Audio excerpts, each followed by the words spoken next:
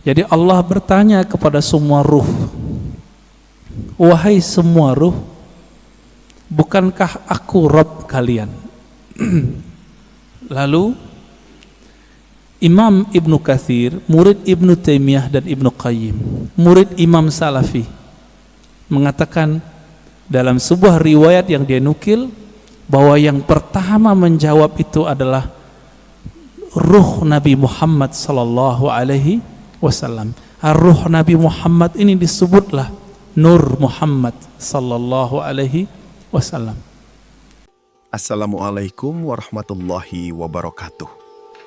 Pernahkah kita mendengar tentang Nur Muhammad sallallahu alaihi wasallam? Apa sebenarnya makna dan hakikatnya dalam perjalanan mengenal Allah? Dalam kajian ini, mari kita simak penjelasan Buya Ar-Razi Hashim yang akan mengajak kita memahami pembahasan ini dengan lebih dalam. Semoga apa yang kita dengarkan menjadi ilmu yang bermanfaat dan menambah kecintaan kita kepada Rasulullah Sallallahu Alaihi Wasallam. Selamat menyimak. Assalamualaikum warahmatullahi wabarakatuh. Innal hamdalillah nahmaduhu wa nasta'inuhu wa nastaghfiruh wa na'udzu billahi min shururi anfusina wa min sayyiati a'malina. Man yahdihillahu fala mudilla lahu wa man yudlilhu fala hadiya lahu. Amma ba'du. Allahumma salli ala sayyidina Muhammad an-nur adh-dhati wa sirri as-sari fi jami'il asma'i was sifat wa ala alihi wa ashabihi wa li baitihi wa dhurriyyatihi ajma'in. Allahumma salli ala sayyidina Muhammadil fatih lima ughliqa wal khatim lima sabaq nasirul haqqi bil haqqi wal hadi ila siratikal mustaqim wa ala alihi haqqa qadrihi wa miqdarihi al-azim. Allahumma bika asbahna, bika amsayna, bika nahya, bika namutu, ilika nusyur.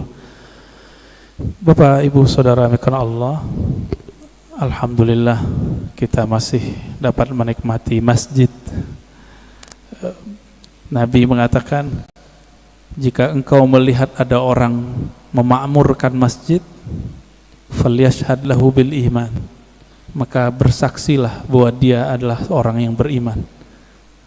Ini bukan insya Allah lagi, ini udah pasti. Dan perbedaan utama antara munafik dengan mukmin adalah berjamaah di subuh hari. Dan kita Allah bangunkan. Siapa yang membangunkan kita? Allah. Kita membaca Alhamdulillahillazi ahyana. Alhamdulillahillazi ahyana kalau diartikan secara harfiah, terima kasih wahai yang mengembalikan hidup kami. Kalau kita nggak dikembalikan Pak hidupnya, ya, ada yang mati ya disebut orang COVID kayak jantung apa, itu nama aja.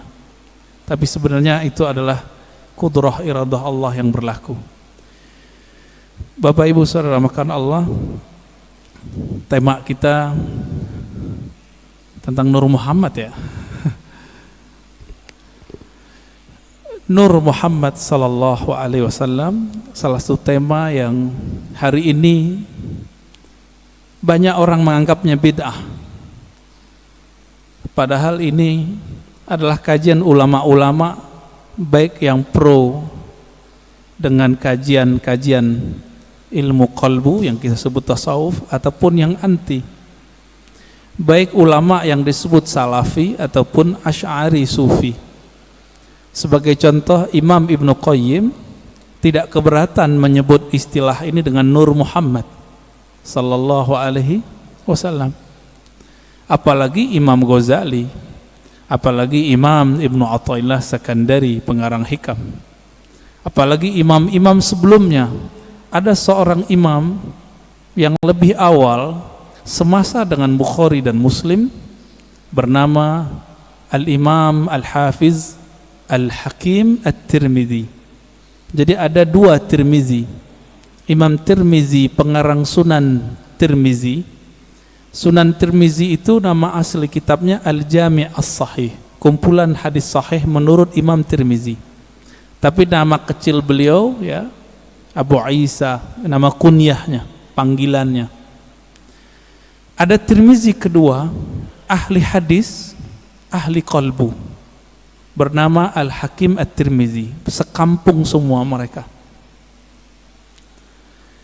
Beliaulah yang mengemukakan istilah ini di kalangan ahli hadis. Istilah Nur Muhammad sallallahu alaihi wasallam. Bapak Ibu Saudara makan Allah, masih ingat guru-guru kita dulu sering baca ayat Alastu bi rabbikum qalu bala syahidna. Masih ingat ya? Jadi Allah bertanya kepada semua ruh, wahai semua ruh, bukankah aku Rabb kalian? Lalu Imam Ibnu Katsir, murid Ibnu Taimiyah dan Ibnu Qayyim, murid Imam Salafi, mengatakan dalam sebuah riwayat yang dia nukil bahwa yang pertama menjawab itu adalah ruh Nabi Muhammad sallallahu alaihi wasallam. Ruh Nabi Muhammad ini disebutlah Nur Muhammad sallallahu alaihi wasallam. Masih ingat juga ulama kita mungkin waktu khutbah kemarin Habib Ges membacakan ayatnya, wa ma arsalnaka, tidaklah kami mengutus engkau hai Muhammad kecuali untuk apa? Rahmatan lil alamin, sebagai rahmat bagi sekalian alam. Bapak Ibu yang mulakan Allah, dalam hadis Imam Muslim ayat ini dijelaskan apa makna rahmat, siapakah rahmat itu, berapa jumlah rahmat itu. Ternyata dalam hadis Imam Muslim gamblang sekali, inna lillahi mi'ata rahmatin, Allah mempunyai, menciptakan 100 rahmat. Satu Allah ciptakan untuk dunia dari awal penciptaan makhluk di dunia sampai nanti kiamat. 99 di akhirat. Inilah makna hadis Nabi.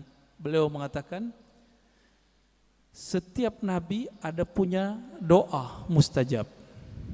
Tetapi aku, kata beliau, khaba'tu, aku menyimpan dan menginvestasikan doaku supaya tidak dikabulkan di sini, tapi dikabulkan nanti di sana, di akhirat. Nabi Muhammad yang disebut rahmat bagi alam semesta, ternyata pancarannya bisa 100. Tadi hadisnya berapa? Sesungguhnya Allah menciptakan rahmat 100 macam rahmat. Jadi dari dulu sebelum Nabi Adam dicipta, langit bumi dibuat, itu baru satu rahmat sampai kiamat. Suatu kali Nabi Adam ya duduk sendiri kesepian, Pak. Kesepian, ketiduran. Bangun tidur karena Allah Maha tahu isi hati hambanya, kekasihnya. Allah kirimlah, Allah ciptakanlah dari dirinya sendiri tulang rusuk, terciptalah Sayyidah Hawa. Kita sebut Siti Hawa. Langsung mau dipegang-pegang itu sama Nabi Adam, tapi belum bayar mahar. Karena itu alam surga, maka di surga yang paling berharga bukan emas, tapi mengirim salam kepada kunci surga. Siapa yang pegang kunci surga? Nabi SAW mengatakan, tidaklah dibuka, la yuftah babul jannah ala ahadin min qabli, tidak pernah dibuka pintu surga kepada siapapun sebelumku, termasuk Nabi Adam. Bahkan sebelum Nabi Adam dicipta, jika belum ada Nabi Muhammad namanya disebut, itu nggak bisa dibuka. Akhirnya Nabi Adam melihat ke atas, Jannatul Firdaus itu di samping Sidratul Muntaha, luasnya tak terhingga. Dipandang ke langit, langit aras. Jadi langit itu ada dua, Pak.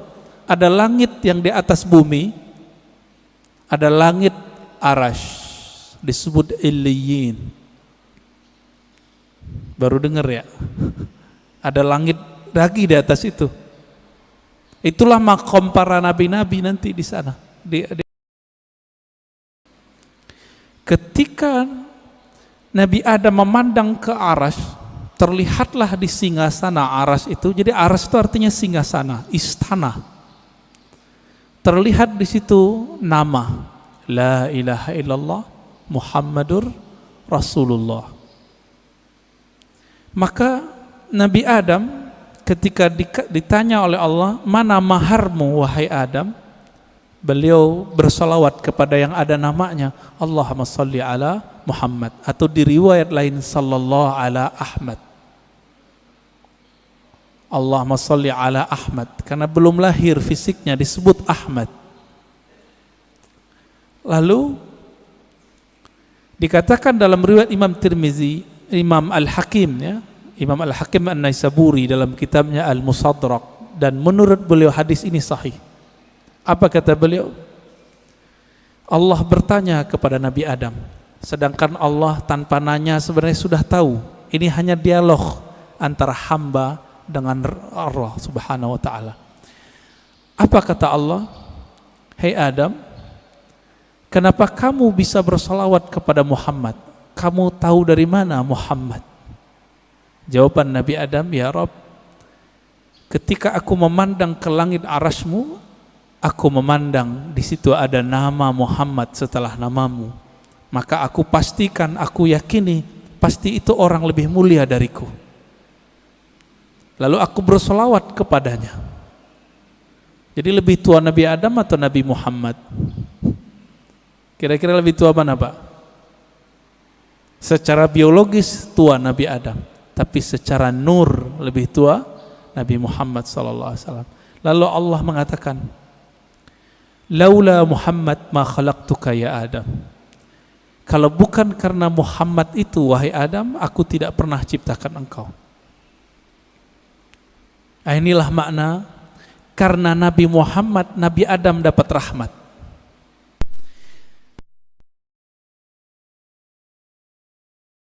Kalau bukanlah karena sholawat beliau kepada Nabi Muhammad, itu tidak sah pernikahannya dan beliau tidak dibolehkan menyentuh Sayyidatuna Hawa. Tidak ada kita hari ini. Jadi faham kenapa kita harus salawat Bapak Ibu? Kalau kita faham ini, nggak mungkin salawat dikit, pasti salawatnya banyak. Berapa Pak salawatnya tiap hari Pak? 5 kali tak gitu ya, 5 waktu. Nah itu mah pelit itu. Orang-orang yang nanti paling gampang mengakses rahmatnya Nabi Muhammad SAW itu orang yang paling banyak bersalawat kepada Nabi SAW. Ya. Jadi Nabi mengatakan orang yang paling dekat kepadaku aksarukum salatan alayya, yang paling banyak menyampaikan salam dan salawat kepadaku.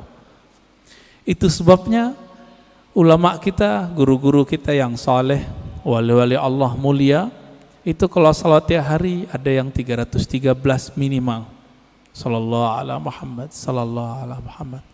Ada yang 500, ada yang 700, ada yang 1000. Itu bukan pembatasan. Ini mereka mendisiplinkan dirinya sendiri, minimal aku zikir sekian. Ada yang berzikir 10.000, membaca salawat setiap hari. Ada yang setiap nafas naik turunnya adalah salawat kepada Nabi sallallahu alaihi wasallam. Pantas nggak? Justru lebih pantas, lebih banyak dari itu. Kenapa? Darah ini mengalir itu karena ada salawat kepada Nabi Muhammad sallallahu alaihi wasallam. Bahkan kita mundur lagi. Satu kali Nabi sallallahu alaihi wasallam menyebutkan dalam hadis Imam Al-Hakim At-Tirmizi, ketika orang menganggap Adamlah orang pertama, maka Nabi tegur orang-orang itu dengan hadis yang diringkas oleh Imam Al-Hakim At-Tirmizi dan Imam Al-Hakim, kemudian juga Imam Abu Nuaim dan lain-lain ya. Yang riwayat ini kita pakai riwayat Al-Hakim An-Naisaburi, bukan At-Tirmizi. Apa kata beliau? Nabi SAW bersabda, kuntu nabiyyan wa Adam baina ma'in wa tin. Aku telah diangkat menjadi nabi sedangkan Adam belum tercipta masih tanah dan air. Bisa kebayang Pak? Berarti Nabi Muhammad SAW sudah jadi Nabi, alam semesta belum dicipta. Beliaulah alam pertama yang dicipta. Oleh karena itu dalam kalam-kalam ilhami yang didapat oleh ulama-ulama kita, ada dialog Allah Subhanahu wa taala dengan dirinya. Beberapa ulama mengatakan ini hadis. Saya teliti, ini bukan hadis yang bersambung. Ini hanya kalam-kalam ilhami. Apa kata Allah Ta'ala? Kuntu kanzan makhfiyan. Aku adalah perbendaharaan yang tersembunyi. Yang disebut dalam hadis Bukhari, Kanallahu wa la syai'a ma'ah. Allah ada, tiada satu pun bersamanya. Rahasia, sangat rahasia. Lalu Allah mengatakan, fa ahbabtu an u'rafa. Lalu aku ingin dikenal. Aku cinta dikenal. Jadi yang boleh narsis itu cuma Allah. Yang boleh suka popularitas itu cuma Allah. Karena Allah punya rahasia disebut kanz, kanzan makhfiyan. Aku ingin dikenal, fa khalaqtul khalqa. Aku ciptakanlah makhluk. Siapa makhluk pertama? Allah ciptakanlah apa yang kita sebut dengan tiupan pertamanya. Allah meniup. Ini jangan salah faham. Ini contoh ayatnya. Fanafakhtu fihi min ruhi. Aku tiupkan dari rohku. Allah menyebut zatnya, rohnya. Maka Allah menamakan zatnya dengan roh, ruh. Hembusannya itu menjadilah apa yang kita sebut sekarang dengan Nur Muhammad sallallahu alaihi wasallam. Tapi sebelum Nur Muhammad, Allah itu mengenalkan dirinya bahwa dialah Ahad. Qul huwallahu ahad. Jadi hadis kalam ilhami tadi semuanya ada di surat Al-Ikhlas ketika Allah mengatakan Qul huwa. Kenapa bukan Allah dulu tapi huwa dulu? Dalam tradisi bahasa Arab, kata yang zahir mesti lebih awal daripada kata ganti. Huwa artinya dia. Apa arti dia? Ini kata ganti. Allah nama yang zahir. Oleh karena itu Imam Abdul Qahir Al-Baghdadi, Imam Ahlus Sunnah mengatakan, kalau ayat ini dimulai dari huwa, bukan Allah, seperti ayat kursi Allahu la ilaha illa hu, berarti huwa itu bukan nama ganti. Huwa itu adalah nama asli Allah Subhanahu wa ta'ala. Disebut nama zahir juga Pak, nama yang nyata. Huwa itu bahasa Arab artinya dia. Bapak kalau sebut dia dalam bahasa kita, maknanya mirip dalam bahasa Arab. Saya bilang dia, orangnya tampak enggak oleh mata? Ya. Tadi saya ngobrol sama beliau nih. Kita cerita tentang Habib Qais, beliau khutbah. Kelihatan enggak sekarang orangnya? Enggak, berarti tidak terlihat oleh fisik. Maksud dari kata dia, Allah itu tidak bisa dicapai oleh pandangan fisik, pendengaran fisik, semua yang berkaitan dengan indrawi. Itulah makna huwa. Oleh karena itu ulama kita yang ahli qalbu sepakat huwa nama Allah. Jadi jangan heran nanti ketemu kiai-kiai Betawi lama, kiai-kiai Banten, kiai-kiai Jawa lama, kiai-kiai Sumatera, mereka berzikir hu Allah. Ya, hu itu surat Al-Ikhlas itu Pak. Bukan bid'ah, diambil ayat itu huwallah. Bid'ah enggak tuh? Ngambil dari surah Al-Ikhlas kok. Ya, kalau ada sahabat kita yang mengatakan bid'ah, mungkin pensyarahan ini belum sampai kepada beliau. Kitab-kitab mengenai ini banyak. Al-Ibda, ya, fi Madaril Ibtida, itu menjelaskan perdebatan ulama tentang Zikir hu boleh atau tidak? Setelah dibid'ahkan oleh Ibnu Taimiyah, dibalas oleh yang lebih senior oleh Ibnu Taimiyah, nama Ibnu Athaillah Sekandari. Finalnya itu boleh, bahkan disyariatkan, masyru', begitu bahasa Arabnya. Jadi jangan terjebak di situ. Huwa itulah yang disebut kanzan makhfiyan, perbendaharaan yang tersembunyi. Coba lihat Bapak Saudara makan Allah. Allah itu dalam surat Thaha berkata kepada Sayyidina Musa, "Hei Musa, innani anallah." Masih ingat? Ayat 14. Surat 20 ayat 14. Innani anallah. Sesungguhnya akulah Allah. Berarti Allah menyebut di sini nama zatnya dengan ana. Sesungguhnya akulah Allah. Maka Nabi Musa diperkenalkan oleh Allah dengan nama yang baru, Allah. Itu sebabnya orang-orang Yahudi memanggil Allah itu dengan panggilan El. Allah itu bahasa Arab, Pak. Dalam bahasa Ibrani, El. Siapa yang menjelaskan ini? Ada tokoh orientalis dari Australia, tetangga kita.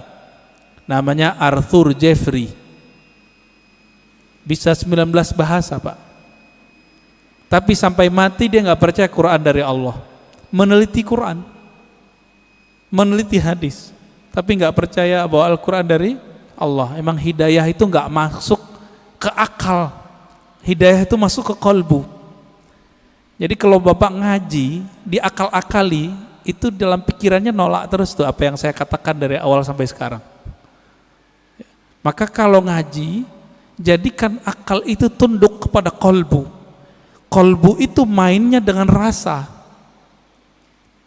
Rasa yang dipakai oleh kolbu berbeda dengan rasionalitas yang dipakai oleh akal. Banyak ya. Teman kita nggak pernah merasakan khusyuk, dia bilang mustahil khusyuk. Dia nggak pernah coba, dia bilang nggak ada. Ya, sama kayak orang nggak menikah, nggak tahu nikmatnya malam pertama, dia bilang nggak ada tuh nikmatnya nikah. Mirip-mirip begitulah kira-kira. Bapak Ibu Saudara makan Allah. Jadi ketika disebut huwa Allah, huwa itu adalah perbendaharaan yang tersembunyi. Lalu Allah mengenalkan dirinya menjadi Allah. Nah, proses dari huwa ke Allah ini panjang.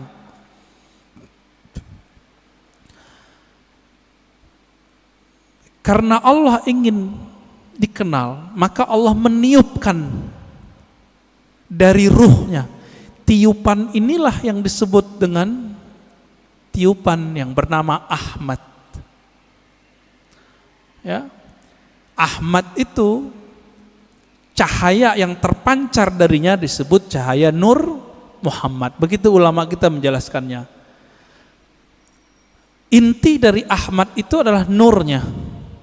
Maka sebagaimana disebutkan dalam hadis Imam Bukhari, innallaha yanzuru ila qulubikum. Allah memandang ke sentral jiwamu. Apa sentral jiwamu? Yaitu qalbu. Qalbunya Ahmad adalah Nur Muhammad. Maka Allah pandanglah nur itu. Pernah enggak Bapak Ibu saudara makan Allah, waktu dulu kita sekolah, kita dipelototin oleh guru kita? Keringetan enggak? Keringetan ya? Atau kita baru jatuh cinta dengan seseorang, terus kita dipelototin nama dia, beradu mata, keringat dingin, Pak. Yang pernah jatuh cinta, ya, mau jatuh cinta lagi nggak, Pak? Ya, jatuh cinta tuh enak tapi capek, ya, capek di jantung itu, deg-degan terus, ya. Tapi enak, Pak ya. Kayaknya mau coba lagi nih. Berkeringat. Maka di saat Allah Subhanahu wa taala, sang pemilik ruh, sang peniup, memandang kepada hasil tiupannya yang bernama nur itu, berkeringatlah nur itu, meneteslah dari nur itu yang disebut 124.000 tetesan. Itulah rahasianya, filosofinya, hikmahnya, kenapa jumlah para nabi dan rasul 124.000. Hadis Imam Al-Hakim juga itu. Kok bisa 124.000? Ya ini dalilnya. Dalil rohaninya, dalil zawq qalbiyahnya. Yang Allah pandang apa? Nur Muhammad sallallahu alaihi wasallam. Yang itu yang Nabi Muhammad sallallahu alaihi wasallam mengatakan, kuntu nabiyan, aku sudah diangkat jadi nabi. Sudah dipandang oleh Allah. Itulah kenabian beliau. Inilah yang dikatakan beliau, aku sudah jadi nabi sebelum Nabi Adam. Inilah kata-kata dari Allah SWT, tidaklah aku utus engkau Muhammad kecuali rahmat untuk sekalian alam. Alam pertama itulah bernama alam, ya, tetesan itu, alam nur itu. Dan kabar gembiranya Bapak Ibu yang melakukan Allah, saudara, semoga kita termasuk bagian ini ya. 124.000 itu kan semua semua nabi dan rasul. Karena Nabi Muhammad mengatakan la nabiyya ba'di, tiada nabi lagi setelahku. 124.000 itu masih ada enggak? Masih. Tapi pangkatnya sekarang bukan seorang nabi. Pangkatnya adalah seorang wali. Ala inna awliya Allah la khaufun alaihim wala hum yahzanun. Tapi qalbunya itu warisan dari qalbunya para nabi. Inilah makna hadis al ulama warasatul anbiya. Ulama itu mewarisi nabi. Saya mau tanya Pak, kalau saya sebut kepada anak saya, kamu pewarisku, dia berarti keluarga saya enggak? Dia lahir dari tulang sumsum saya yang dititipkan Allah ke rahim pasangan kita. Lahirlah anak itu, secara biologis dia berhak menerima waris biologis, waris fisik. Begitu juga siapa yang kecipratan nur ini, dia disebut pewaris para nabi. Dialah sebenarnya keluarga nabi. Inilah makna hadis Nabi. Ketika ditanya, bagaimanakah cara salawat kepada engkau hai Muhammad, hai Rasulullah? Apa jawaban Nabi? Qulu Allahumma salli ala Muhammad wa ala ali Muhammad. Katakanlah hai sahabatku, ya Allah sampaikan salam, rindu, sayang, cinta kepada Nabi Muhammad dan keluarga Muhammad. Jadi siapa keluarga Muhammad? Terbagi dua. Ada keluarga nasab, ada keluarga sanad. Siapa keluarga Muhammad sallallahu alaihi wasallam? Dua. Ini kan enggak Habib semua nih. Habib paling Habib Ges doang ya enggak? Ya. Habib fulan, ya. Mereka dapat kemuliaan menjadi Habib. Bapak menyesal enggak? Protes enggak kepada Allah? Kok enggak terlahir sebagai Habib? Protes enggak, Pak? Enggak boleh protes kita. Ya. Kenapa dia terlahir sebagai Habib, kenapa kita tidak? Itu ada rahasianya di alam tadi. Kenapa hari ini ada orang beriman, ada yang tidak? Itu rahasianya di sana semua. Kenapa orang sekarang ada yang jadi ulama, ada yang menjadi ubaru? Ya, Bapak ini ubaru Pak ulama? Ubaru ya, ubannya baru tumbuh maksudnya. Kenapa? Itu rahasianya di sana semua. Di sana semua Pak. Ketika Allah memandang kepada Ahmad Nur Muhammad ini, yang dipandangkan nurnya. Nur ini kalau menetes ke dalam kalbu kita, makanya orang-orang ini akan rindu kepada Nabi Muhammad sallallahu alaihi wasallam. Akan rindu kepada yang meniupkan roh Nabi Muhammad sallallahu alaihi wasallam. Kerinduan ini yang tak terhingga, ya, nggak ada habis-habisnya itu. Inilah makna dari Surat Zariyat, wa ma khalaqtul jinna wal insa illa liya'budun. Biasa orang terjemahkan nggak ada efeknya, Pak. Apa terjemahan biasa? Tiadalah aku ciptakan jin dan manusia kecuali untuk menyembahku.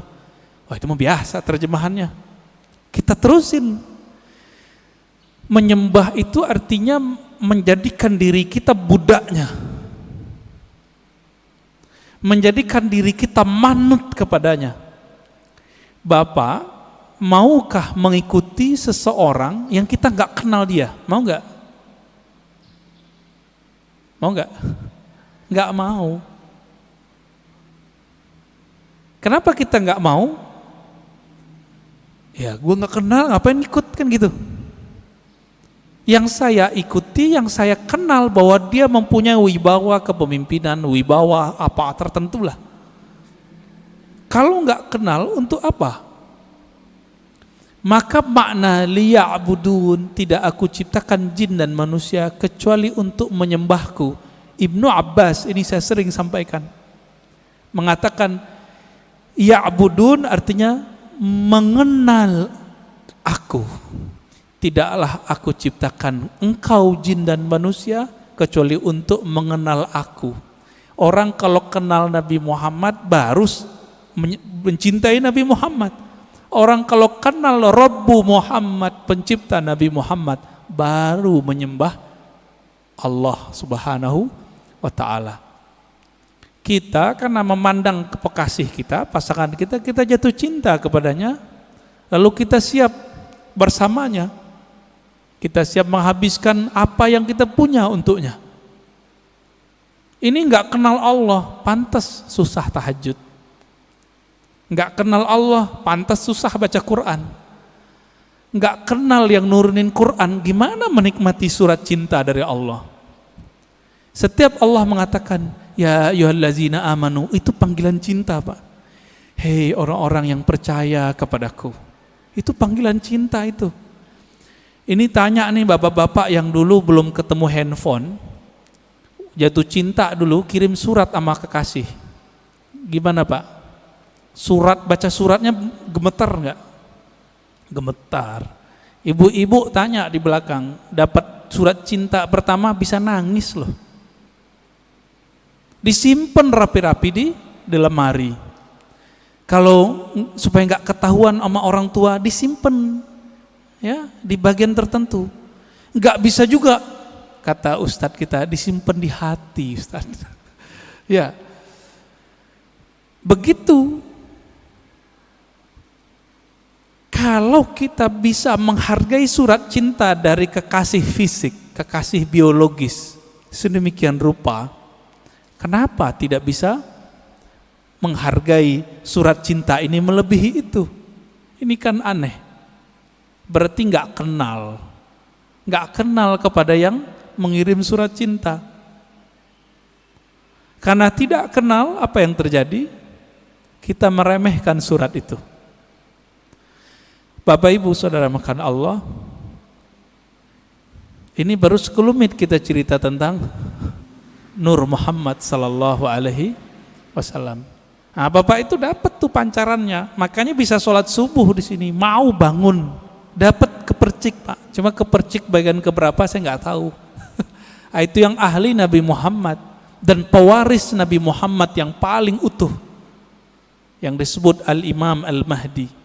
Hanya beliau berdua lah yang mengerti. Ini nih kita pancaran keberapa ini? Kalau emang ada, kalau enggak zombie, Pak. Zombie, Bapak tahu zombie? Nah, ini yang disebut khawarij di zaman Rasulullah. Dia sholat sama kita tapi ganasnya bukan main. Ya, beda sama dia kafir.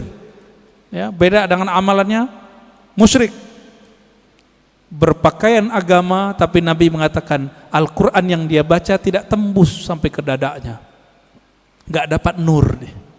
Gak dapat nur. Maka dulu guru kita mengatakan orang-orang yang gak dapat nur ini la naura fi wajhi, di wajahnya tidak ada ketenangan. Maka inilah, ini penutup untuk pengantar dari Nur Muhammad sallallahu alaihi wasallam. Nabi berdoa, Dalam hadis Imam Muslim itu dibaca ketika mau berangkat dari masjid, dari rumah ke masjid, atau dibaca saat sujud salat sunat. Allahumma ja'al fi qalbi nura. Ya Allah, tumpahkanlah nurmu ke dalam kalbuku. Wa fi sam'i nura, ke dalam pandanganku. Wa fi pendengaranku, ya, basari, pandanganku. Dagingku, tulangku, darahku, di depanku, di belakangku, kanan kiriku, atasku dan bawahku. Artinya kelilingilah kami dengan nur. Amalkan itu Pak, gak usah pakai bahasa Arab. Kalau hafal bahasa Arab, alhamdulillah. Ketika berangkat dari rumah ke masjid, mau pakai motor, mau jalan kaki, lebih afdol kalau masih di komplek ini jalan kaki. Karena setiap langkah itu bumi ngomong. Cuma Bapak kan gak denger. Kalau Bapak denger gak jadi berangkat ke masjid, dikira hantu. Apa kata si bumi? Si tanah ini mengatakan ke tanah di sampingnya, saksikan wahai tanah di sampingku, aku sedang diinjak oleh orang punya nur. Dan ini dikatakan dalam banyak hadis Nabi SAW. Aku diinjak oleh orang yang berzikir kepada Allah, yang ingin berangkat ke masjid-masjid Allah Subhanahu wa ta'ala. Beruntunglah rumah yang dijadikan masjid Allah. Beruntunglah tanah-tanah yang diinjak oleh orang-orang yang menjadi hamba Allah. Mari kenal Allah, karena itulah inti pewaris dari Nur Muhammad sallallahu alaihi wasallam. Udah 40 menit, Ustaz. Udah, tadi dipesenin belum 40 menit ya. Tafadhal.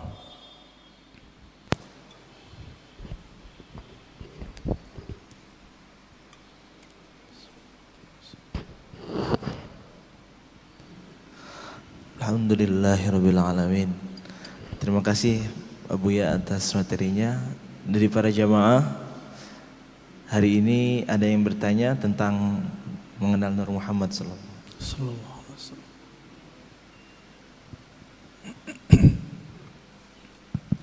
Bismillahirrahmanirrahim. Assalamualaikum warahmatullahi wabarakatuh. Waalaikumsalam warahmatullahi wabarakatuh. Makasih Buya. Dalam. Alhamdulillah. Cukup dalam Ustaz. Alhamdulillah. Ini kajian seperti ini menurut hemat saya jarang Ustaz ya. Alhamdulillah. Ini juga Ustaz juga, saya barusan bicara sama dia, memang kalau dakwah itu macam-macam Ustaz ya. Ada penyemangat, nah, macam Buya ini kan dalam ini. Menurut saya, ya itu tadi Buya katakan tadi, orang yang suka mengkafir-kafirkan, membid'ahkan itu kan banyak ya. Di sini juga ada Ustaz. Tuh, korban ya. Di sini ada Ustaz. Enggak, ini saya hanya nyampaikan. Di sini ada Ustaz. Yeah. Sebenarnya kalau kalimat kurban, iya juga sih. Iya juga sih Ustaz. Iya, iya. Cuman tadi yang Buya katakan tadi, apa ya? Ya kita kan sebagai pemeluk agama, kita kan harus menerima aja Ustaz. Jangan penuh emosi kan. Karena kadang-kadang kalau kita balas lagi kan kurang baik. Yeah. Ya apalagi ya, seperti saya kan orang sudah berumur juga Ustaz ya.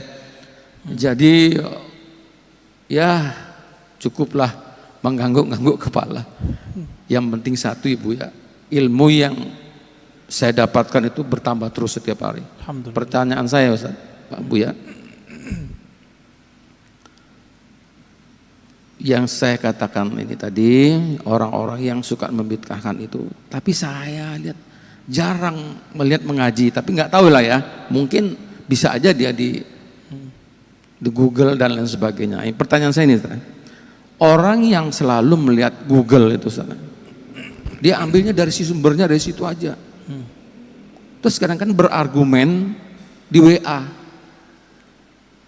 Ya. Ini seperti apa, Bu ya? Ya? Itu aja mungkin. Terima kasih. Assalamualaikum warahmatullahi wabarakatuh. Orang yang tidak berguru langsung kepada ahlinya tidak mendapatkan satu benefit rohani yang disebut dalam hadis Abu Dawud. Apa kata Nabi? Nadrallahu mra'an. Allah beri nadrah. Nadrah ini nama lain dari nawwara. Allah beri cahaya yang memancar di wajah. Naddarallahu imra'an, Allah akan pancarkan cahaya lewat wajah seseorang sami'a maqalati, yang mau berguru langsung mendengarkan hadisku. Orang Arab dulu kalau menyebut sami'a itu nggak mungkin online, nggak mungkin lewat Google, mesti berguru ke ahlinya. Nggak mungkin. Kenapa? Dulu disebut sama pasti hadir. Itu sebabnya Imam Syafi'i dulu tidak terima persaksian orang yang hadir di konser-konser musik yang musiknya ada kefasikan, ada penampilan orang buka aurat, ya, bukan lagunya sebenarnya oleh Imam Syafi'i. Kenapa? Sami'ah, begitu kalimatnya, karena dia hadir. Mendengar itu dulu nggak mungkin lewat MP3. Jadi dulu orang mendengarkan musik, melihat para seniman-seniman musik itu dulu, dia sudah bermaksiat lahir batin. Bapak masih ingat kalau yang pernah ke Mesir, di Mesir itu ada tari perut, kebuka, ditonton itu Pak. Imam Syafi'i mengatakan orang yang nonton begitu gak diterima persaksiannya. Kalimat bahasa Arabnya sami'a, karena sami'a artinya dulu pasti offline, pasti ketemu langsung, tatap muka. Itu sebabnya juga ya dalam hadis ini, orang yang tidak mendengar langsung, nggak ada nur Pak di wajahnya. Lihat aja, nggak ada nadrah, nggak ada nadrah. Semakin dia tambah ilmu itu masuknya ke otak. Otak ini bekerja dengan akal, sedangkan hidayah masuk ke kolbu. Beda tuh. Siapa yang mengatakan ini? Imam ahli hadis, ahli kolbu, Imam Abu Hafs As-Surawardi dalam kitab Awariful Ma'arif. Makanya banyak orang berilmu belum tentu dia punya hidayah di kolbunya. Kalau itu yang terjadi, tambah ilmu, tambah sombong. Jadi kalau dengerin kajian di YouTube, di TV-TV online, TV-TV satelit, apa yang terjadi? Wah, ini bahan nyalahin orang masjid nih. Setiap kali ngaji, wah ini bahan nih, ini bahan. Ketika dapat link-link di Google, link-link di YouTube, wah share di grup, ini bisa untuk membantah bid'ah yang ada di masjid. Jadi niatnya selalu untuk orang, bantah orang, bantah orang, bantah orang. Yang suka bantah dari dulu siapa? Dari semenjak alam semesta dicipta. Iblis. Ya. Yang suka bantah itu iblis, Pak. Yang suka bantah itu iblis. Makanya Nabi SAW mengatakan, ketika ada orang membantah Nabi, i'dil ya Muhammad, ittaqillah ya Muhammad. Muhammad, kamu berbuat adil lah. Loh, ada orang berani ngomong ke Nabi, engkau bertakwalah hai Muhammad, berbuat adil lah hai Muhammad. Apa kata Nabi?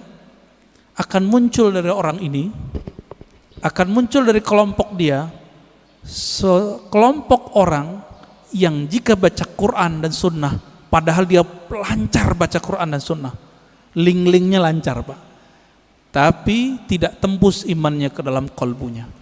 Fa idza laqitumuhum faqtuluhum. Wah, ini yang berat ini. Jika engkau bertemu mereka, maka kalimatnya gimana cara terjemahan ini Ustaz? Faqtuluhum, bunuh mereka. Loh, berat. Oh, ternyata ini hadis namanya hadisul qadha.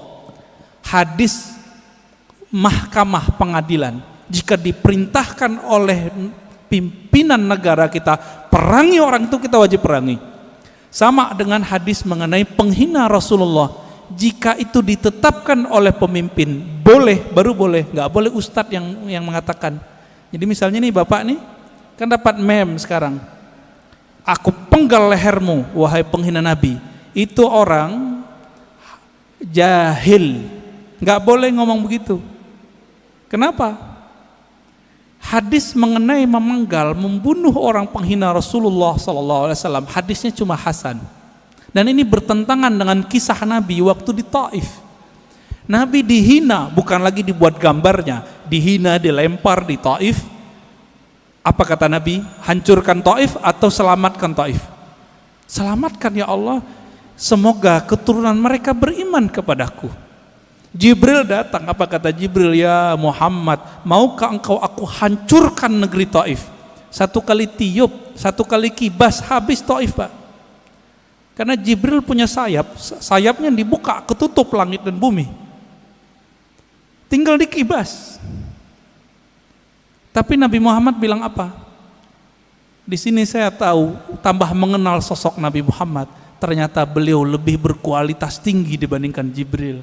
Apa kata Nabi Muhammad? La ya Jibril, enggak boleh ya Jibril. Kenapa? Nabi Muhammad itu induk alam semesta. Karena beliaulah Adam ada, alam ini ada. Kalau seorang ibu, maukah anaknya dibunuh? Maukah Pak? Anaknya dibunuh? Enggak mau. Nabi meskipun melihat anak-anak rohaninya ini, pancaran-pancaran dari dirinya ini, belum kenal dia, beliau nggak bilang hancurkan ya Allah, enggak. Itulah orang tua sejati, orang tua rohani Nabi Muhammad SAW. Ya, Jibril nggak sabar Pak, pantas toh Jibril nggak jadi nabi di sini. Ya, udah mulai faham siapa Nabi Muhammad SAW. Maka saya tanya kepada orang yang ingin menggal pembuat karikatur Nabi, ente jangan kira saya tidak emosi. Saya emosi dengan orang yang buat karikatur Nabi. Bahkan yang bilang orang tua Nabi di neraka aja mau saya bunuh. Tapi kita nggak boleh membunuhnya. Kenapa? Seandainya itu ada di depan Nabi, Nabi tidak akan membunuh mereka. Nabi hanya akan mendoakan mereka. Jadi jangan beragama dengan emosi, dengan hawa, dengan syahwat. Beragamalah dengan nur itu. Saya kalau tiap bahas tentang itu Pak, suara naik. Tapi kolbu bilang turunin lagi, turunin lagi. Ada ustadz bilang orang tua Nabi masuk neraka. Aduh, kebakar kita Pak. Apalagi yang keturunan Rasulullah kayak Habib Ges, Habib Lutfi, Habib. Perasaannya gimana Pak? Kakek ente masuk neraka gitu. Anak neraka, cucu neraka, kira-kira gimana? Nggak punya perasaan mereka itu. Oh hadisnya sahih, iya ini hadis sahih secara sanad, matannya tidak. Ilmu hadis itu bukan hanya ilmu tahu ini sahih tidak sahih, tapi juga ilmu tentang matannya. Ilmu matan hadis wajib belajar akidah. Maka ciri-ciri orang yang menyimpang dari ahlus sunnah membaca hadis tidak dengan kaidah akidah ahlus sunnah, fikih ahlus sunnah, dan ilmu tasawuf ahlus sunnah. Menyimpang dari itu, jadinya kayak mereka itu kurang ajar sama Rasulullah Sallallahu Alaihi Wasallam. Gimana Tad? Udah Tad? Baik. Bismillahirrahmanirrahim. Ustaz, kita tanyakan dari akun YouTube An-Nabawi TV Ustaz. Jadi ada yang menyimak sekitar 70 situs yang nyimak streaming ini. Ada yang bertanya, Buya, bagaimana kiat dan syarat supaya kita mendapatkan syafaat Rasulullah Sallallahu Alaihi Wasallam? Terima kasih Buya atas jawabannya. Assalamualaikum warahmatullahi wabarakatuh. Ya, bagaimana kiat mendapat syafaat Nabi Sallallahu Alaihi Wasallam? Nabi itu syafaatnya macam-macam. Ada syafaat spesial, ada syafaat global. Mau yang mana? Spesial apa global? Kalau yang global, pemaksiat aja dapat. Ada di kolbunya cinta Nabi, dapat Pak. Bahkan orang yang mati belum sempat syahadat, di kolbunya ada ingin mengenal Muhammad Sallallahu Alaihi Wasallam. Waktu sekarat Allah selamatkan dia. Allah selamatkan dia. Cuma kita kan nggak melihat alam rohani. Bapak kalau bisa melihat alam rohani, Bapak bisa lihat tuh orang-orang yang kata kita kafir, tapi sebenarnya dia udah lama mencari tentang sosok Nabi Muhammad. Dia itu Allah selamatkan itu. Ya, ada orang yang pakar di sini, bisa pulang pergi Pak ke alam itu. Cuma kita nggak boleh buka rahasia ini rahasia Allah Subhanahu wa Ta'ala. Itu syafaat yang global. Apa kata Nabi? Syafaati li ahlil kabair min ummati. Hadis ini sahih. Pertolonganku juga didapatkan oleh orang-orang yang bermaksiat, bahkan kabair, dosa terbesar. Sebutkan dosa paling besar Pak di dunia selain syirik, dia dapat. Jadi kalau dosa aja bisa, apalagi cuma beda faham sama kawan, cuma karena beda faham hilang rahmat Allah bagi kita, ya, langsung jadi ahli nar karena cuma bid'ah.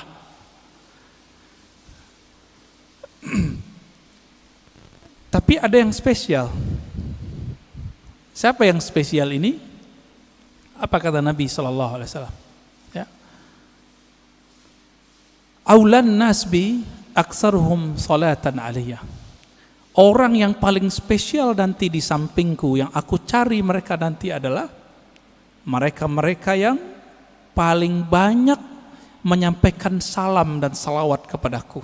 Tadi saya sudah sampaikan Pak, salawat dan salam itu mesti kenal dulu, baru berasa, baru Pak kecanduan. Kalau kita udah senang sama seseorang, kita telepon terus, kita tanya kabarnya. Ya, itu dia. Maka bersolawatlah kepadanya. A'rif nabiyyak summa salli wa sallim alaih. Kenali nabimu, lalu salawat dan salamlah kepadanya. Itulah hakikat daripada mengikuti Nabi sallallahu alaihi wasallam. Pasti banyak. Dan ini jaminannya Rasulullah, bukan Ar-Razi, ya. Kalau saya nggak bisa menjamin, tapi kita punya sanad kepada sang penjamin. Nabi mengatakan kullu sanadin inqata'a ila sanadi. Semua sanad terputus kecuali sanadku. Dan ini jaminan Nabi sallallahu alaihi wasallam. Ya, tafadhal. Kalau syaratnya apa Ustaz? Syarat kan tadi ada kiat dan syarat. Kalau syaratnya? Syaratnya Nabi mengatakan man qala la ilaha illallah khalisan mukhlisan min qalbihi aw nafsihi. Siapa yang mengatakan la ilaha illallah dengan khalis, khalis itu membuang selain Allah dari kalbunya. Itu dia. Ini yang disebut min qalbihi, syaratnya dari kalbu. Di riwayat Imam Al-Hakim dia katakan ya, yusaddiq qalbuhu ala lisanihi wa lisanuhu ala qalbihi. Si kalbunya membenarkan lisannya, lisannya membenarkan kalbunya. Itulah zikirnya Nur Muhammad sallallahu alaihi wasallam, yaitu la ilaha illallah. Apa arti ilah? Tiada yang berhak dicinta, disembah kecuali Allah Subhanahu wa taala. Dan Nabi adalah orang yang paling menyembah Allah karena beliau yang paling mengenal Allah. Jadi syaratnya cuma satu, kenalilah Allah, kenalilah Rasulullah. Jadi kita dengan syafaat itu tergantung seberapa kualitas pengenalan kita kepada Allah dan Rasulullah sallallahu alaihi wasallam. Ya. Gitu Ustaz. Iya. Assalamualaikum warahmatullahi wabarakatuh. Assalamualaikum. Kita seringkali misalkan nih kesiangan subuh lah gitu ya. Ini gua gara-gara setan. Jadi seolah-olah setan itu lebih hebat dari kita gitu. Karena kita dikalahkan oleh setan. Kan sebetulnya tidak begitu menurut saya. Ya. Pertanyaannya adalah sebetulnya nur yang ada pada kita ini dengan kekuatan setan itu seperti apa sebetulnya? Iya. Karena kita seringkali tuh nyalahin setan sehingga yang ada nyesel. Kan mestinya ya Allah kenapa saya tidak bisa bangun subuh? Betul. Artinya dosa apa? Jadi kan lebih manfaat ketimbang nyalahin setan. Karena setan disalahin malah ketawa-ketawa aja, kata setan bukan gua, dasar lu aja malas kali. Iya. Bagaimana memahami antara tadi kan nur kita ini kan kelasnya kelas mana kita nggak tahu nih. Iya. Cuma seperti apa supaya kita tidak merasakan walaupun misalkan terlambat subuh, yang namanya terlambat kan jarang-jarang bukan tiap hari gitu kan. Nah bagaimana kita merasakan supaya walaupun terlambat kita nggak merasa sedih lah gitu. Iya, masih ada hiburannya. Syukran. Assalamualaikum pengen warahmatullahi dihibur wabarakatuh. Pak ya. Iya. Terkadang ada orang yang udah bertahun-tahun selalu on time subuh, bahkan in time subuhnya. Terbersit di hatinya, kayaknya di komplek ini aku yang paling beriman, aku yang paling soleh. Allah karena sayang sama orang ini nggak dikembalikan rohnya ketika azan. Supaya ketika bangun kesiangan, dia mengatakan, ya Allah, ternyata inilah yang dirasakan oleh tetanggaku yang tidak bangun subuh. Berarti alarmku tidak berefek, doa-doaku tidak bekerja. Ini adalah mutlak pemberianmu. Di situ dia bersyukur, Pak. Setiap hari besok dia mengatakan, ya Allah, tolong bangunkan aku. Jadi ada perasaan harap-harap cemas yang buat dia merasa dirinya merasa hina di hadapan Allah. Inilah makna hadis qudsi, hadis sahih. Apa kata Allah?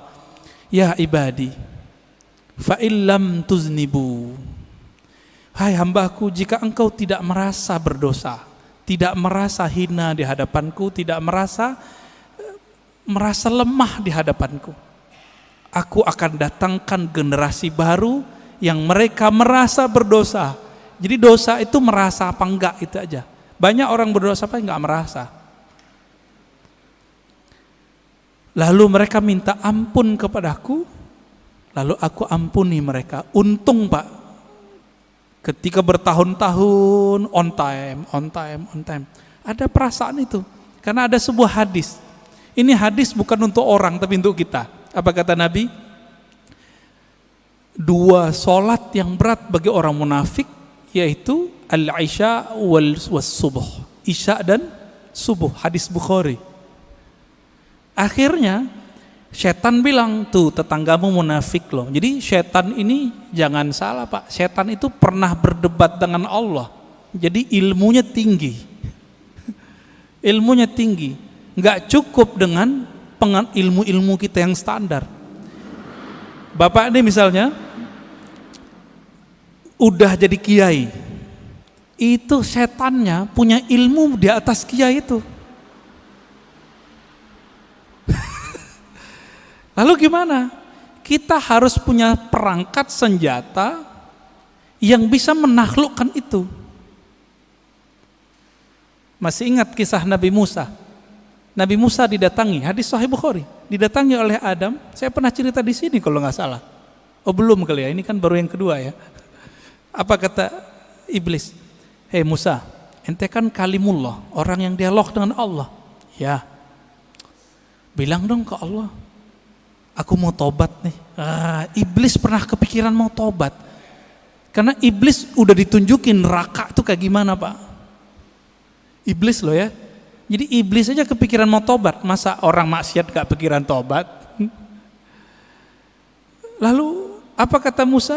Bertanya Musa kepada Allah. Lalu Allah sampaikan kepada Musa, sampaikan itu kepada iblis ya. Iblis. Apa? Jika engkau ingin tobat, maka revisilah pembangkanganmu itu. Gimana cara merevisi pembangkangannya? Tuh, di sono tuh ada kuburan Adam, kakekku, tolong sujud kepadanya. Kira-kira jawaban iblis apa, Pak? Ogah gua. Dia hidup juga nggak mau sujud, apalagi udah bawa tanah. Tambah kufur, Pak. Inilah pribadi iblis. Jadi orang-orang yang iblisiyah ini, pewaris iblis, ngaji bukan nambah iman, nambah kufur. Ngaji bukan nambah rendah hati, nambah sombong. Apa kata si iblis waktu Nabi Adam masih hidup? Ana khairu minhu. Aneh kan lebih baik dari dia. Jadi kalau kita berani nih ngomong, Bapak mau ahlus sunnah, mau nggak ahlus sunnah? Bapak nih udah ngaku ahlus sunnah, terus merasa lebih baik daripada orang yang nyala-nyalain. Iblis juga itu. Jadi kita nggak boleh merasa itu meskipun kita benar. Ini yang dimaksud oleh Nabi. Siapa yang berdebat, meskipun dia tahu dia benar, dia tinggalkan perdebatannya. Allah taruh dia di tengah-tengah surga. Wasatil jannah. Tapi dia tahu dia benar. Orang ngajak debat, dia nggak mau debat. Kalau tadi udah debat duluan, maka Allah taruh dia di tempat paling tinggi, yaitu Firdaus. Kenapa? Karena debat itu adalah karakter iblis yang jahil kepada Allah. Dia memandang Nabi Muhammad Adam, tapi dia tidak kenal nur yang ada di wajah Nabi Adam. Nur apa itu? Nur Muhammad. Tiupan Allahu Ahad itu ada di wajah Nabi Adam. Iblis gak bisa lihat itu alim atau jahil. Yang ini gak akan bisa ditembus oleh iblis, Pak. Iblis minta izin kepada Allah. Ya Allah, tolong izinkan aku mengakses kolbunya manusia. Apa kata Allah? Enggak diizinkan ente. Tapi ente punya cara. Tidak langsung. Caranya apa? Tajri majrad dam. Kamu diizinkan mengakses lewat darah, tapi enggak boleh langsung ke jantung, karena jantung berhubungan dengan kolbu. Tapi karena darah itu nanti mengalir, berputar di dalam kolbu, inilah orang kalau tidak membersihkan kolbunya menjadi kolbu iblis. Itulah yang nanti kalau dibiarkan Pak pribadi ini merasa lebih, nanti lama-lama dia berani nyalain orang, bahkan bunuh orang yang beda sama dia, bahkan ngebom orang yang beda faham sama dia. Nanti di akhir zaman, ini kan akhir zaman sudah, mereka akan menjadi tentara Dajjal. Inilah yang masuk dalam imajinasi para pembuat seniman-seniman itu, jadi zombie. Zombie itu adalah karakter dari atba'ud Dajjal. Nggak ada iman di kolbunya. Hati-hati Pak. Ya, maka pandanglah kolbu itu, bersihkan tiap hari. Jadi kalau mau istighfar, nggak hanya istighfar zahir, istighfar kolbu. Kalau kita udah masuk istighfar kolbu, siapa aja ngomong kita dengerin, siapa yang ngajar kita dengerin. Khotibnya nggak menarik, tetap kita doain. Tapi kalau iblis bersarang di kolbu lewat darah itu, karena dia bisa menguasai darah di mata, dia akan bilang, khotib bodoh, gitu Pak. Mulai itu. Walaupun Bapak ini ahlu sunnah aswaja katanya, kolbunya sudah jadi kolbu setan. Jadi jangan heran banyak nanti dai-dai yang katanya berpakaian aswaja ahlu sunnah, tapi kolbunya sudah kolbu iblis. Apalagi yang bukan ahlus sunnah. Semoga Allah melindungi kolbu kita. Amin ya rabbal alamin. Ya. Khalas. Ya. Ya, nggak tahu nih, terserah Pak Antum aja deh.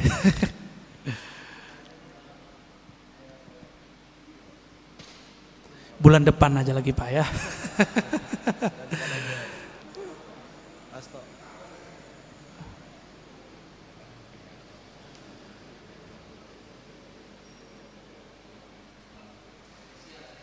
Taib. Ini ashabul yamin ini ya. Orang kanan saya Pak. Nanti Bapak harus pindah ke sini Pak. Ya, Bismillahirrahmanirrahim. Assalamualaikum warahmatullahi wabarakatuh. Assalamualaikum warahmatullahi wabarakatuh. Ini pada waktu awal tadi Pak Ustadz menjelaskan atau mempertanyakan berapa kali sehari berselawat, terus ada orang bilang sekian puluh, terus lalu ya minimal ada yang 300, ada yang 1000, malah ada yang puluhan ribu. Nah, yang menjadi pertanyaan, sebetulnya kalau ada ustadz-ustadz pernah ceramah di sini ya, bahwa Allah itu sebetulnya tidak senang yang berlebih-lebihan. Itu yang pernah saya ingat. Terus yang kedua kali, kalau orang merasa, wah saya kalau selawat bisa sekian puluh ribu, itu kan menimbulkan kesombongan. Padahal sombong itu juga sebetulnya dilarang. Tunggu dulu Pak. Apa? Bapak tahu dari mana orangnya sombong? Loh kan misalkan dia pas kumpul-kumpul, wah misalkan ini apa namanya? Itu namanya suudzon, buruk sangka, itu nggak boleh. Ya tapi dia kan terus menyombongkan diri, oh saya kuat sekian, bisa kan itu kan menyombongkan diri. Belum tentu. Oh belum tentu. Ya ini kan namanya aja penilaian saya, karena itu suudzon namanya. Ya itu kan namanya kan berlebih-lebihan. Enggak. Terus itu misalnya karena asiknya berselawat, akhirnya dzikir la ilaha illallah itu lebih sedikit daripada selawatnya misalnya. Ini pertanyaan. Saya ingin penjelasan aja, bukan saya ini terus terus suudzon itu enggak. Tapi ini kan kenyataannya kalau orang mengatakan oh saya kuat sekian, itu kan namanya sombong. Walaupun ini mungkin dari mata Ustadz, oh itu sampean suudzon, dia sebetulnya enggak sombong. Nah, walaupun memang enggak sombong ya, mungkin ya seolah-olah ada yang orang menilai wah dia sombong, padahal baik. Ya hanya itu saja. Terima kasih. Assalamualaikum warahmatullahi wabarakatuh. Saya sudah 2 kali membacakan hadis di sini. Nabi berkata, yang paling dekat kepadaku, yang paling utama spesial nanti di akhirat, aktsarukum, coba terjemahin Pak, salatan alayya. Yang paling aktsar, yang paling berlebih, itu terjemahan harfiahnya Pak. Yang paling berlebih sholawatnya kepadaku. Berarti melebih-lebihkan angka boleh enggak? Itu disunnahkan, bukan bid'ah itu. Kalau saya ngeliat Ustadz nih baca Quran bilang saya sehari khatam, apakah saya bilang dia sombong? Itu setan yang mewaswaskan kepada saya, ente sombong ini ya. Paling-paling orangnya terjebak pada ujub. Apa arti ujub? Dia kagum dengan amalnya. Itu paling banter Pak, nggak lebih dari itu. Kalau sombong sih enggak. Masa orang zikir sombong? La ilaha illallah dan salawat itu adalah akhir dari kesombongan, habis di situ. Orang kalau bilang Allahumma itu secara rohani habis sombongnya. Karena Allahumma Bapak udah nggak ada lagi sebenarnya. Ya Allah, saya ini bukan hamba yang pintar, bukan hamba yang hebat. Itu makna Allahumma. Jadi nanti kalau ada orang-orang yang banyak sholawat, jangan kita tuduh begitu. Itu was-was kita aja. Ya, itu was-was kita. Perasaan kan gitu. Perasaan apa kenyataan itu kan beda. Nah, ini mohon maaf Pak, saya harus koreksi karena ini berbahaya untuk seumur Bapak. Itu nggak boleh ada suudzon lagi. Nggak boleh sama sekali. Siapa yang masih nyimpan suudzon di kolbunya, saya khawatir su'ul khotimah nanti. Buruk sangka itu melahirkan su'ul khotimah Pak. Ini sudah rumus. Udah rumus di mana-mana. Kita udah nyaksiin orang-orang yang paling banyak berburuk sangka kepada hamba Allah. Itu matinya mati nggak bener. Jadi tolong itu dibuang. Dibuang itu. Ya. Jadi mohon maaf ini. Ini harus dikikis habis. Makanya suara saya harus tinggi untuk mengikis Bapak itu. Ya, semoga Bapak tambah rajin sholawat. Ya, saingin dia Pak. Nanti Bapak adukan itu ke Rasulullah. Rasulullah, menurut saya ini berlebihan. Nanti dijawab Nabi Pak. Aulakum, yang paling utama dari kamu adalah yang paling berlebihan itu sholawatnya kepadaku. Sampai datanglah Ubay bin Ka'ab kepada Nabi. Apa kata Ubay? Wahai Rasulullah, saya jadikan sholat kepada engkau cukup 1/4 ya. Apa kata Nabi? Ya boleh. Kalau setengah gimana? Boleh. Kalau 2/3 gimana? Bagus. Kalau semua bagaimana? Wah, top, hai Ubay. Apa kata Nabi? Apa kata si Ubay? Dengan demikian wahai Rasulullah, aj'al salati kullaha lak. Aku jadikan salawatmu untukmu semua. Maka amalannya Ubay yang hafiz Quran, setiap nafasnya adalah salawat kepada Nabi sallallahu alaihi wasallam. Berlebihan enggak sahabat Nabi ini? Abu Hurairah zikir 12.000 tiap hari, berlebihan enggak? Dan itu ditulis dalam kitab. Jika itu berlebihan, Abu Hurairah lah yang pertama berlebihan. Ali Zainal Abidin, ya, cucu Rasulullah sallallahu alaihi wasallam, itu salat 1000 rakaat tiap hari. Berlebihan enggak itu? Ya? Utsman bin Affan sehari 8 khatam. Gimana ceritanya itu? Kita coba sehari paling bisa 2 khatam. Utsman bisa 8 kali khatam. Kecepatan otaknya di atas rata-rata itu Pak. Coba tanya sama hafiz Quran, dia paling mengerti masalah itu. Cuma hafiz Quran yang mengerti 8 khatam bisa sehari. Saya udah ketemu sama orang begitu, jadi bisa paham. Dibantah sama teman kita waktu itu, Tat, ente berlebihan, sama kayak Bapak ngomong tadi. Bukannya dalam hadis Nabi melarang mengkhatamkan Quran kurang dari 3 hari. Artinya sehari 10 juz, 10 juz, 10 juz, 30 juz. Ini kalau ngomong fikih jadi kenceng lagi nih ya. Tuh pada ketawa tuh Pak. Apa kata Nabi SAW? Tidak paham Al-Quran orang yang khatam kurang dari 3 hari. Itu Nabi lagi ngomong sama siapa? Abdullah bin Amr Abdul As, anak muda. Maksudnya ente nggak paham kalau baca lebih banyak dari 10 juz tiap hari, ente gitu. Nabi nggak ngomong ke Utsman. Lebih mulia Utsman atau Abdullah bin Amr? Saya mau tanya Pak. Utsman. Jadi ketika Nabi ngomong tidak faham Quran, orang yang mengkhatamkan kurang dari 3 hari, itu Nabi berarti nggak ngomong ke Utsman. Karena Utsman nggak mungkin pelaku berlebihan, nggak mungkin. Yang berlebihan yang haram itu adalah orang yang berlebihan dalam berdoa dan berlebihan dalam membelanjakan harta, itu nggak boleh. 2 itu aja Pak.